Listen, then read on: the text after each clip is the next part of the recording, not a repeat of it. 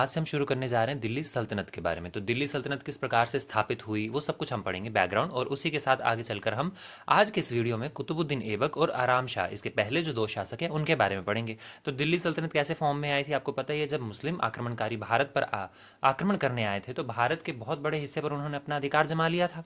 तो उसी के ऊपर जो प्रथम इस्लामी राज्य स्थापित हुआ था एक्चुअल में भारत में, तो वो तुर्कों का ही था। और वहीं से आगे चलकर फिर भारत में दिल्ली सल्तनत की स्थापना होती है, क्योंकि दिल्ली में तो ये लोग अपनी राजधानी स्थापित करते हैं और उसके आसपास के क्षेत्र पर ये लोग अपना अधिकार जमा लेते हैं। तो इसीलिए इसको दिल्ली सल्तनत के नाम से जाना जाता है। तो थोड़ा सा बैकग्राउंड की तरफ चलते हैं। तो भारतीय इतिहास का 1206 से लेकर 1526 तक का जो टाइम पीरियड है उसे दिल्ली सल्तनत के युग के नाम से जाना जाता है, क्योंकि तुर्क आक्रमणकारी मोहम्मद गौरी, जिसके बारे में हम पीछे पढ़ चुके हैं बहुत ज़्यादा, तो उन्होंने उत्तर भारत के अनेक राजाओं को परास्त करके मुस्लिम साम्राज्य की स्थापना कर दी थी। और यही साम्राज्य आगे चलकर दिल्ली सल्तनत के नाम से जाना जाता है। क्यों जाना जाता है? क्योंकि इनकी राजधानी ही दिल्ली थी।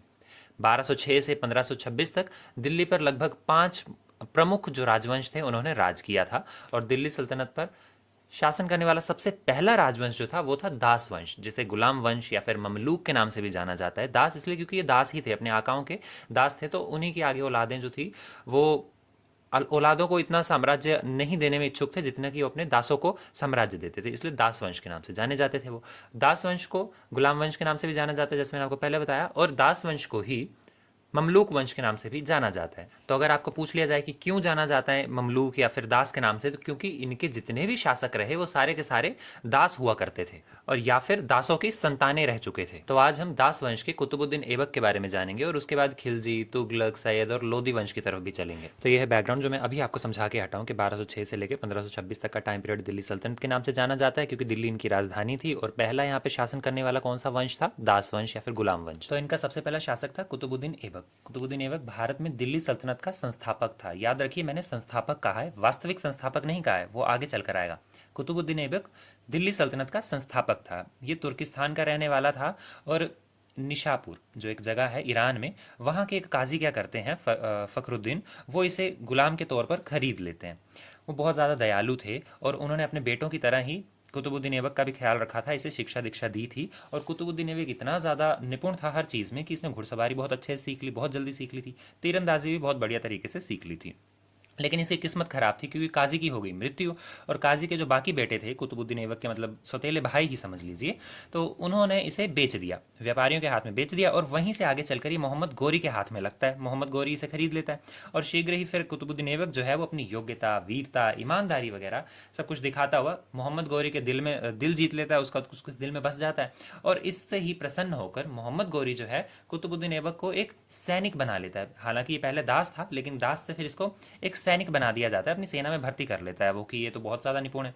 और इसी घटना के बाद फिर इसका जीवन जो है वो धीरे धीरे बदलता जाता है, मतलब पॉजिटिविटी आने लग जाती है इसकी लाइफ में। शीघ्र ही ये एक पद से दूसरे पद, ऐसे अलग अलग पदों पर और ज़्यादा ऊपर ऊपर आसीन होता चला जाता है। अमीर अखूर अमीर अखूर एक उपाधि थी, उपाधि नहीं कहें कि हम कहें कि एक पद था, जिसे घोड़शाला का मुखिया कहा जाता है। तो वो भी ये बन चुका है। इसने मोहम्मद गौरी के साथ जो युद्ध हो रहे थे उसमें बहुत सारे युद्धों में भाग लिया था, यानी कि मोहम्मद गौरी के साथ था ये युद्ध लड़ने में, ना कि उसके खिलाफ।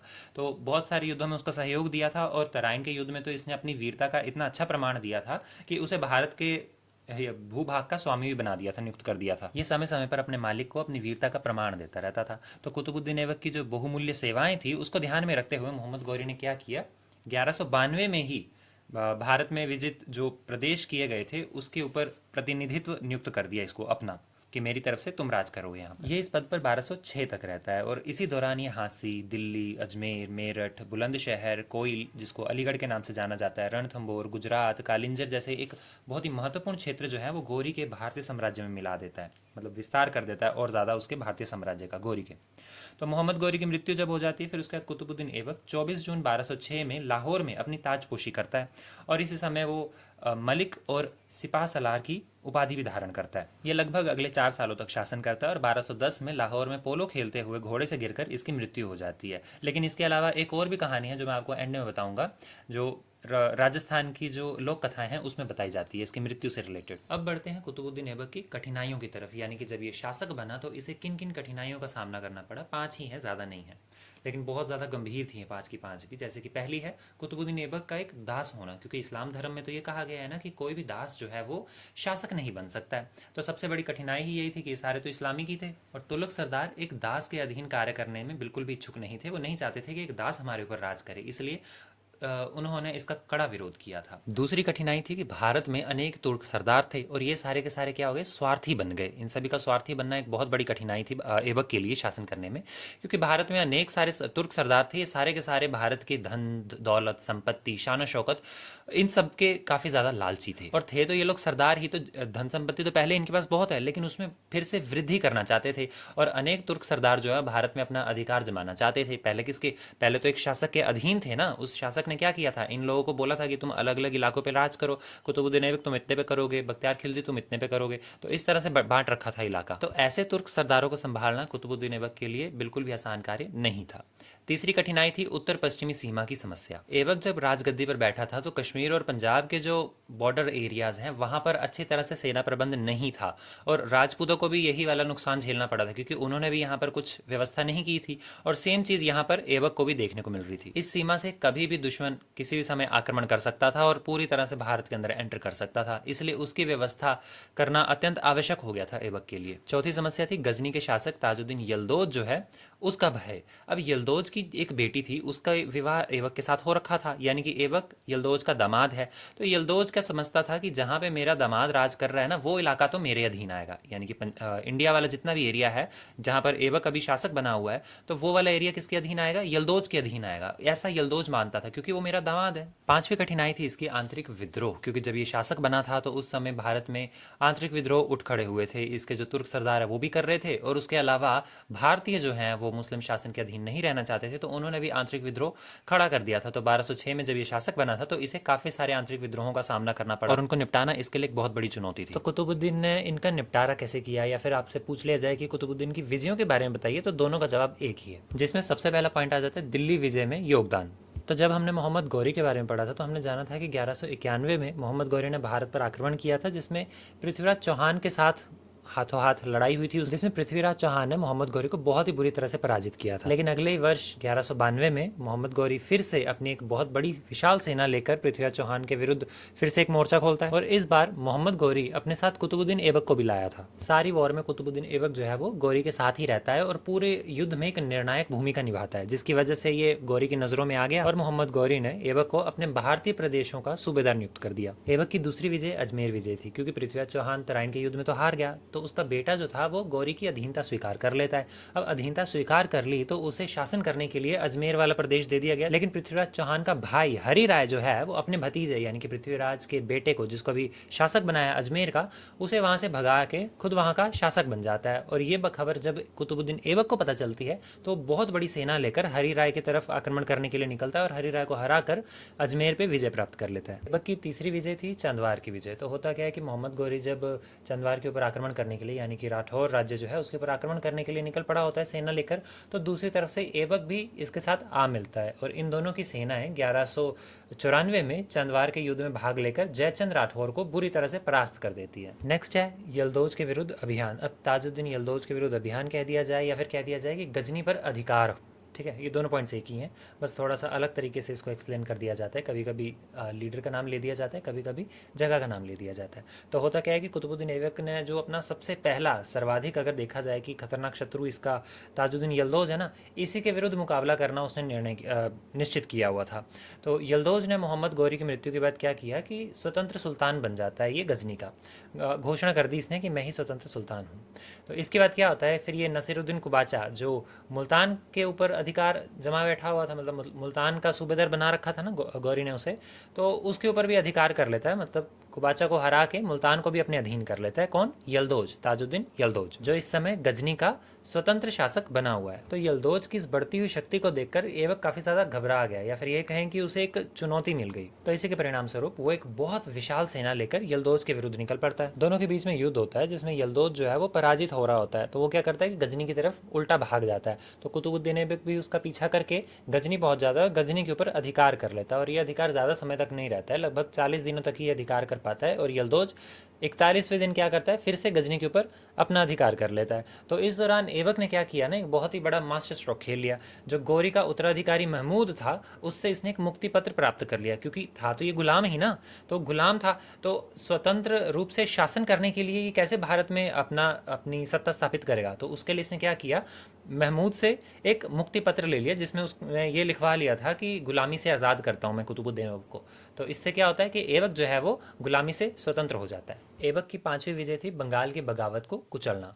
तो इख्तियारुद्दीन खिलजी बोल दो या फिर बख्तियार खिलजी बोल दो, एक ही बात है। तो बख्तियार खिलजी कौन था, बंगाल और बिहार का सूबेदार था। इसे किसने नियुक्त किया था, तो गौरी ने इसे नियुक्त किया हुआ था यहाँ के सूबेदार के रूप में, जैसे ऐबक को किया हुआ था।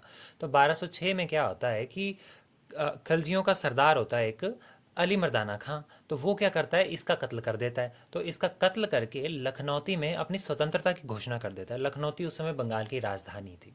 तो ये बात जो है वो खिलजियों के कुछ सरदार होते हैं उनको पसंद नहीं आती है। तो वो क्या करते हैं, अली मर्दाना खां को पद से हटा देते हैं और इसे कारागार में डाल देते हैं। और इसके स्थान पर एक मोहम्मद शेरा नाम का व्यक्ति होता है, उसे राज सिंहासन पर बिठाल देते हैं। अली मर्दान खां किसी तरह से कारागार से भाग निकलता है और दिल्ली पहुंच जाता है और दिल्ली में ऐबक से सहायता मांगता है। और इसके सहयोग की मदद से बंगाल में जो खिलजी सरदारों की बगावत हो रही होती है उसे कुचल दिया जाता है और अली मर्दान खां को बंगाल का सूबेदार नियुक्त कर दिया जाता है। अब उसने कुतुबुद्दीन ऐबक की अधीनता स्वीकार कर ली, क्योंकि उसी ने तो उसे नियुक्त करवाया है ना, इतने बड़े विद्रोह से बचाया है, इसलिए तो उसको वार्षिक कर देना भी ये स्वीकार कर लेता है। और इसी प्रकार से कुतुबुद्दीन ऐबक ने ना ही बंगाल पे शांति स्थापित की, बल्कि वहाँ का जो सुल्तान था उसे भी अपने अधीन करके अपने साम्राज्य का विस्तार कर लिया। तो इससे क्या हुआ कि कुतुबुद्दीन ऐबक की जो स्थिति थी वो और ज़्यादा सुदृढ़ हो गई। लास्ट पॉइंट है वैवाहिक संबंध। कुतुबुद्दीन ऐबक ने अपनी आंतरिक स्थिति को सुदृढ़ करने के लिए शक्तिशाली तुर्क सरदार जो है उनके साथ वैवाहिक संबंध भी स्थापित किए। जैसे कि खुद भी उसने यल्दौज की बेटी के साथ विवाह किया हुआ था और सिंध और मुल्तान के शासक नसीरुद्दीन कुबाचा जो है उसके साथ अपनी बहन का विवाह किया हुआ था। और अपनी बेटी उसका विवाह उसने बदायूं के सूबेदार इल्तुतमिश के साथ किया हुआ था। हालांकि इल्तुतमिश जो है वो इसका गुलाम था, किसका, कुतुबुद्दीन ऐबक का गुलाम इल्तुतमिश था। जैसे गौरी के लिए कुतुबुद्दीन ऐबक गुलाम था और कितनी ज़्यादा वैल्यू रखता था वो, उसी तरह से कुतुबुद्दीन ऐबक के लिए इल्तुतमिश गुलाम था और वो भी उसके लिए काफ़ी ज़्यादा वैल्यू रखता था। तो इस तरह से उसने वैवाहिक संबंध स्थापित किए और संबंधों के आधार पर ही ऐबक का जो राज्य है वो और ज़्यादा शक्तिशाली हुआ और इन शक्तिशाली सरदारों को अपने पक्ष में करने में सफल हुआ। सबसे बड़ी बात ये थी। इसके बाद ऐबक की मृत्यु हो जाती है। 1210 में कुतुबुद्दीन ऐबक लाहौर में एक चौगान नाम का गेम खेल रहा होता है। आपको नहीं पता तो आपको एग्जाम्पल के लिए समझाता हूँ कि जैसे हम हॉकी खेलते हैं ना, बस उसी तरह का गेम होता है। बस उसमें घोड़े के ऊपर बैठ के खेलना होता है, आप नहीं भागोगे, घोड़ा भागेगा। तो घोड़े के ऊपर बैठ के खेलना होता है, पोलो कहते हैं उसको। तो पोलो गेम खेल रहा था तो घोड़े के ऊपर से गिर के इसकी मौत हो जाती है, मृत्यु हो जाती है। तो और लाहौर में ही इसको दफना दिया जाता है और वहीं पे उसका मकबरा बना हुआ है। ये बात तुर्कों के हिस्टोरिकल अकाउंट्स में से पता चलती है, लेकिन अगर इंडियंस के हिस्टोरिकल अकाउंट्स में से पता किया जाए या फिर ये कहें कि लोक कथाएं जो हैं उनमें से पता किया जाए तो पता चलता है कि कुतुबुद्दीन ऐबक ने धोखे से राजपुताना पर आक्रमण कर दिया था, मेवाड़ पर आक्रमण कर दिया और मेवाड़ के जो राजकुमार थे कर्ण सिंह, उसे अगवा कर लिया। अब उसे अपना बंदी बना लेता है और कुतुबुद्दीन ऐबक को ना उसका घोड़ा भी काफ़ी ज़्यादा पसंद आ जाता है, राजकुमार कर्ण सिंह का, जो जिसका नाम शुभ्रक था। तो शुभ्रक को भी अपने साथ लाहौर ले आता है। तो लाहौर में एक जगह थी जन्नत नाम की, तो जन्नत नाम का एक पार्क बना रखा था इन्होंने, जन्नत पार्क, जहाँ पे ये लोग पोलो खेलते थे। तो इसने बोला कि मैं वहाँ पे पोलो खेलूंगा और जो जिस राजकुमार को बंदी बनाया है कर्ण सिंह, मेवाड़ के राजकुमार कर्ण सिंह को, तो उसका गला काट के मैं उसके साथ पोलो खेलूंगा, ना कि गेंद होगी उसकी जगह पर, उसकी जगह पर उसका सिर होगा। तो ये क्या करता है, शुभ्रक के ऊपर बैठ के जैसे ही जन्नत पार्क में आता है तो जन्नत पार्क में शुभ्रक देखता है कि उसके मालिक को कितनी बुरी हालत में रखा गया है। तो उसको गुस्सा आ जाता है, तो वो क्या करता है, ऐबक को घोड़े पर अपने आप से गिरा देता है नीचे, क्योंकि उसी के ऊपर तो बैठा हुआ है ना इस समय जो शुभ्रक है, शुभ्रक नाम का जो घोड़ा है राजकुमार का, उसी के ऊपर कुतुबुद्दीन बैठा हुआ है। तो उसे अपने ऊपर से गिरा देता है और उसकी छाती पर जोर जोर से पैर मार के उसे मार देता है। एंड देन जो कर्ण सिंह है वो मौका देखकर शुभ्रक के ऊपर बैठ जाते हैं और शुभ्रक जो है उन्हें दोबारा मेवाड़ ले जाते हैं और मेवाड़ जब पहुंचते हैं तो शुभ्रक वहां पे खड़े खड़े ही मर जाता है। तो ये भी एक इसके डेथ से रिलेटेड बात बताई जाती है, लेकिन आपने बस ये बताना है कि 1210 में कुतुबुद्दीन ऐबक मारा गया था लाहौर में पोलो खेलता हुआ। ऐबक से रिलेटेड लास्ट क्वेश्चन आपके लिए बनता है कि ऐबक का चरित्र और उसकी उपलब्धियों का वर्णन कीजिए। तो भले ही ऐबक का जो शासनकाल है वो सिर्फ 4 वर्ष का है, लेकिन फिर भी इस थोड़े से समय में इसमें इसकी काफ़ी सारी सफलताएं थी। इसका जो चरित्र था उसे काफ़ी ज़्यादा ऊंचा बताया गया है, महान बताया गया है। तो क्या उपलब्धियां थी वो जान लेते हैं। सबसे पहला आता है भारत में तुर्क राज्य का संस्थापक। मैंने आपको पहले भी बताया था ये वास्तविक संस्थापक नहीं था, इसे सिर्फ संस्थापक बताया जाता है। तो ऐबक को वास्तविक संस्थापक क्यों नहीं कहा जा रहा है, तो इसके पीछे डॉक्टर आरपी त्रिपाठी जो है वो बताते हैं कि ऐबक भारत में जो तुर्क साम्राज्य था उसका वास्तविक संस्थापक इसीलिए नहीं है क्योंकि उसने अपने नाम के सिक्के जारी नहीं करवाए थे। क्योंकि अगर कोई स्वतंत्र शासक होता है तो वो क्या करवाता है, अपने नाम के सिक्के जारी करवाता है। इनके अलावा इब्न बतूता भी जो विदेशी यात्री था वो भी भारत में जो मुस्लिम शासकों के नाम लेता है ना, तो उसमें ऐबक का नाम नहीं लिखता है। तीसरा कारण कि फिरोज शाह तुगलक ने भी जो खुतबा पढ़वाया था ना, उसमें जो ऐबक है उसका नाम हमें नहीं मिलता। तो ये 3 कारण थे जिसकी वजह से इसे वास्तविक संस्थापक नहीं माना जाता है। कौन कौन से? सबसे पहला तो आरपी त्रिपाठी जो है वो कह रहे हैं कि इसने अपने सोने के सिक्के, सॉरी सोने नहीं, अपने नाम के कोई भी सिक्के नहीं चलवाए। दूसरा, जो इब्न बतूता है विदेशी यात्री, वो जितने भी मुस्लिम शासकों का नाम लेता है उसमें ऐबक का नाम नहीं लेता, बाकी सबका उसने ले रखा है। और तीसरा, फिरोज शाह तुगलक ने जो मुस्लिम बादशाहों के नाम पर खुतबा पढ़वाया था उसमें ऐबक का नाम हमें नहीं मिलता है। अब भले ही ऐबक ने भारत के राज्यों को विजय करने वाला एक बहुत ही योग्य प्रशासक था और गौरी की मृत्यु के बाद वो भारत के राज्यों को गजनी से स्वतंत्र करवा भी लेता है, इसने ना तो गजनी के शासक की अधीनता स्वीकार की और ना ही पंजाब के ऊपर किसी और को शासन करने की आज्ञा दी। उसने भारत के तुर्कों को भी अपने साथ मिलाकर दिल्ली में तुर्कों की एकता का एक समय बांध दिया था, यानी कि जितने भी तुर्क हैं वो सभी एकजुट हो गए थे और दिल्ली सल्तनत की स्थापना की थी इसने। तो इससे हमें ये तो पता चल जाता है कि ये संस्थापक तो था। अब वास्तविक संस्थापक था या नहीं ये तो एक अलग बहस है, लेकिन ये बहुत बड़ा संस्थापक था जिसकी वजह से आगे चलकर भारत में तुर्क मुसलमान जो हैं इनके सत्ता स्थापित हो जाती है। नेक्स्ट है साधारण व्यक्ति। साधारण व्यक्ति कह लो या फिर साहसी व्यक्ति कह लो, इसका व्यक्तित्व काफ़ी ज़्यादा साहसपूर्ण वाला था। क्योंकि ऐबक देखो, सबसे पहले तो ये दास था और अपने ही योग्यता के बल पर यह दास से कहाँ शासक बन जाता है। और स्वामी भक्ति बहुत ज़्यादा थी इसके अंदर। युद्ध में भी हमने जैसा कि पीछे पढ़ा कि मोहम्मद गोरी के साथ साथ पूरा सहयोग देता था युद्ध में। और जब गोरी उपस्थित नहीं होता था भारत में, तो भारत में जो उसका साम्राज्य है वहाँ पर जो शासन प्रबंध है वो सकुशलतापूर्वक चलाता है। इसके अलावा उसने गोरी साम्राज्य में जितने भी विद्रोह विरोध वगैरह जो उठते थे उन सभी को कुचला और अपने साम्राज्य में और ज़्यादा वृद्धि की। जब 1205 में मोहम्मद गोरी को मध्य एशिया में पराजय का मुंह देखना पड़ा था ख्वारिज़म के शाह के हाथों, तो उसने तो इसको मार भगाया था गोरी को, ख्वारिज़म के शाह ने। तो खोखरों ने भी इस चीज़ का लाभ उठाकर कि गोरी की स्थिति तो कमज़ोर हो गई है, तो भारत में जो खोखर जाती थी उसने क्या किया, विद्रोह कर दिया। तो इस विद्रोह का भी दमन किया गया बाद में इन दोनों द्वारा, गोरी द्वारा और ऐबक द्वारा, इन दोनों ने मिलकर किया था। और एक सच्चे और ईमानदार दास की भांति गोरी का साथ बिल्कुल भी नहीं छोड़ा। किसने? कुतुबुद्दीन ऐबक ने। शासक के रूप में बात कर ली जाए तो मुस्लिम इतिहासकार जो है वो ऐबक को काफ़ी ज़्यादा साहसी और बहुत ही अच्छा शासक बताते हैं। वो कहते हैं कि ऐबक के टाइम में तो समय इतना अच्छा था कि चारों तरफ खुशहाली खुशहाली, सभी लोग प्रसन्न थे। रास्ते में कोई चोर डाकू का नामो निशान नहीं था। इवन हिंदुओं के साथ भी अच्छा व्यवहार किया जाता, लेकिन कितना किया जाता था वो तो हमें पता चल ही जाता है जब इसके मॉन्यूमेंट्स वगैरह हम देखते हैं और उनके साथ जो हिस्ट्री पढ़ते हैं मॉन्यूमेंट्स की।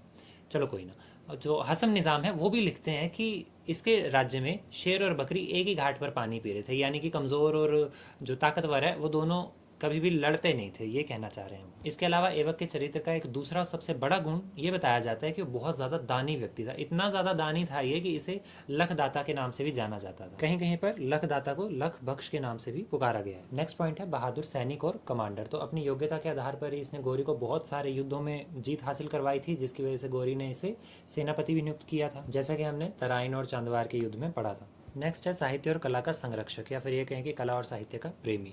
तो ऐबक को कला और साहित्य का काफ़ी ज़्यादा शौक था। उसने दिल्ली में कुतुबुल इस्लाम नाम की एक मस्जिद का भी निर्माण भी करवाया था और अजमेर में अढ़ाई दिन का झोपड़ा नामक मस्जिद का निर्माण करवाया। कुतुबुल इस्लाम मस्जिद पहले जैन मंदिर हुआ करती थी और जैन मंदिर के बाद उसे विष्णु मंदिर में परिवर्तित कर दिया गया था और देन कुतुबुद्दीन ऐबक ने उसे कुतुबुल इस्लाम मस्जिद में परिवर्तित कर दिया। आज भी अगर आप उसके पिलर्स वगैरह देखोगे तो वो सारे मंदिरों वाले पिलर्स ही है और कुछ नहीं है उसमें। इसका निर्माण 1193 में किया गया था। 27 हिंदू और एक जैन टेम्पल था, उन्हीं सबको डिमोलिश करके फिर इसने मस्जिदों का निर्माण किया था और कुछ नहीं था। उसके बाद अढ़ाई दिन का झोपड़ा जो अजमेर में बनाया गया था वो 1199 में बनाया गया था। इसे अढ़ाई दिन या फिर 2.5 दिन का झोपड़ा इसलिए कहा जाता है क्योंकि 2.5 दिन में बन के तैयार हो गया था 60 घंटों में, क्योंकि छत तो इसकी है नहीं है। तो जितने भी वहाँ पे हिंदू मंदिर, एक्चुअली हिंदू मंदिर नहीं थे, हिंदुओं का एक कॉलेज हुआ करता था, उसे तोड़ के उसकी दीवारें पिलर्स आपस में एक लाइन में गोल गोल करके खड़े कर दिए और वही बना दिया इन्होंने। फिर दिल्ली में किला ए राय पिथौरा ये नाम की जगह थी, तो उसके पास में एक नगर की स्थापना भी की थी जो दिल्ली के प्राचीनतम 7 नगरों में से एक भी माना जाता है। तो 1199 में कुतुबुद्दीन ऐबक ने बख्तियारुद्दीन काकी जो है उसके नाम को संबोधित करते हुए कुतुब मीनार का निर्माण करवाया था, जिसका काम आगे चलकर इल्तुतमिश पूरा करता है, यानी कि इसका गुलाम, इसका दामाद, इसका सक्सेसर। तो कुतुब मीनार की कंस्ट्रक्शन 1199 में शुरू हुई थी और 1220 में जाके ये खत्म होती है, जिसमें 379 स्टेप्स वगैरह बनाए गए हैं। इसके बाद ये खुद भी बहुत ज़्यादा पढ़ा लिखा था और पढ़े लिखे लोगों का सम्मान भी करता था। तो इसके दरबार में हसन निज़ाम और फ़खरुद्दीन नामक सर्वाधिक फेमस दरबारी भी थे। अगली योग्यता थी इसकी कि गौरी के दासों में सर्वाधिक योग्य था ये। अब ये बताने की ज़रूरत तो है नहीं कि योग्य क्यों था, क्योंकि गौरी की देखो वैसे भी कोई औलाद तो थी नहीं, अपने दासों को ही वो औलाद कहता था। और इन सभी दासों में से कुतुबुद्दीन ऐबक ही था जो नॉर्मल दास से लेकर कैसे सैनिक बना, फिर सैनिक कमांडर बना और उसके बाद कैसे एक शासक बन जाता है और भारत में इस्लामी राज्य की स्थापना भी कर देता है। तो इतना ज़्यादा योग्य था कि समकालीन इतिहासकारों ने कुतुबुद्दीन ऐबक को साहसी, योग्य, वफादार और उदार, इस तरह के बहुत सारे उसको पदवियां दे रखी हैं। न्यायप्रिय माना जाता था इसको सबसे ज़्यादा तो। और इसके नाम का मतलब भी एक्चुअली चंद्रमा का देवता होता है, यानी कि ऐबक का मतलब चंद्रमा का देवता। आखिरी गुण था इसका बुद्धिमान राजनीतिज्ञ के रूप में। अब कितना ज़्यादा व्यवहारिक बुद्धि का ये स्वामी था, आप इस बात से अंदाज़ा लगा सकते हो कि दिल्ली के राज्य को मध्य एशिया की राजनीति से इसने बिल्कुल दूर रखा, मिक्स नहीं होने दिया, उसे अलग रखा। गजनी का प्रभाव बेसिकली दिल्ली के ऊपर नहीं पड़ने दिया, ये कहना चाह रहा हूँ। और इसने भारत के तुर्क जो हैं उनको भी अपने अधीन रखा, क्योंकि ये जानता था कि अगर ये अधीन नहीं रहे तो अलग अलग छोटे छोटे हिस्सों में जो तुर्क राज्य है वो बिखर के रह जाएगा, जैसे कि राजपूत राज्य थे। और आपस में फिर उनका क्या हाल था वो तो सबको ही पता है, लड़ते झगड़ते और एक दूसरे को कमज़ोर करते रहते थे बात बात पे। इसकी योग्यता और कूटनीतिज्ञता का प्रमाण हमें इस बात से भी मिल जाता है कि इसने यलदौज को पंजाब से दूर रखा और नसीरुद्दीन को अपने निकट नहीं आने दिया। तो ये था कुतुबुद्दीन ऐबक। अब चलते हैं दिल्ली सल्तनत के दूसरे शासक आराम शाह की तरफ। 1210 में कुतुबुद्दीन ऐबक की अकारण ही मृत्यु हो जाती है। आपको पता ही है कि कैसे घोड़े से गिर के मर गया, और बिना किसी बीमारी के, या फिर एज्ड व्यक्ति हो तो समझ भी आता है कि मरने ही वाला था, तो मर जाता है। उसकी वजह से क्या होता है, साम्राज्य में ना अशांति फैल जाती है, अराजकता फैल जाती है। लाहौर के तुर्क सरदार जो हैं वो उसके बेटे आराम शाह को राज सिंहासन पर बिठाल देते हैं, लेकिन आराम शाह जो है वो सुल्तान बनने के लिए बिल्कुल भी तैयार नहीं था, क्योंकि वो बहुत ज़्यादा अयोग्य और निकम्मा था। इसलिए दिल्ली और उसके राज्य के जितने भी अन्य सरदार थे वो सुल्तान को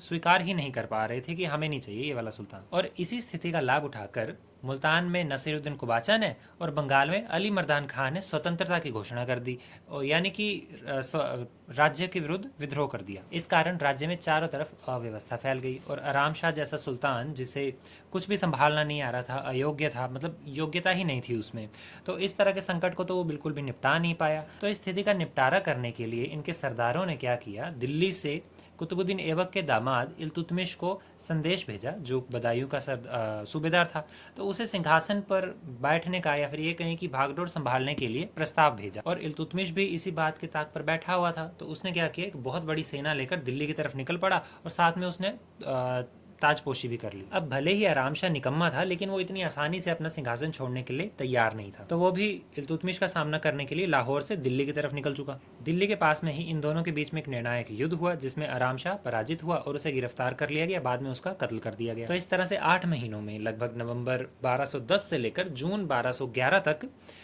ये जो 8 महीने का गैप था, इसमें ही थोड़ी सी स्थितियां बिगड़ी थी साम्राज्य में और उसका अंत कर दिया गया, और इसके साथ ही ऐबक वंश का भी अंत हो गया। अच्छा, हम आराम शाह को ऐबक का बेटा तो कह रहे हैं, लेकिन एक बात याद रखने वाली है कि तारीख जहांगूसा नाम का जो ग्रंथ है, उसके लेखक जुबैनी जो है और मिन्हास उस सिराज, ये दोनों स्पष्ट कर रहे हैं कि ऐबक का कोई बेटा नहीं था। और एक बात ये भी याद रखना कि इल्तुतमिश को शासन की भागदौड़ संभालने के लिए दिल्ली के सबसे प्रमुख सरदार, जिसका नाम इस्माइल था, उन्होंने आमंत्रण दिया था, शाह इस्माइल। और दिल्ली के पास जूद के मैदान में आराम शाह और इल्तुतमिश के बीच में लड़ाई लड़ी गई थी। तो इसी प्रकार इलबरी वंश का शासन प्रारंभ होता है। तो यही थी हमारी आज की क्लास। आई होप आपको अच्छी लगी होगी। मिलते हैं नेक्स्ट क्लास में। जय हिंद।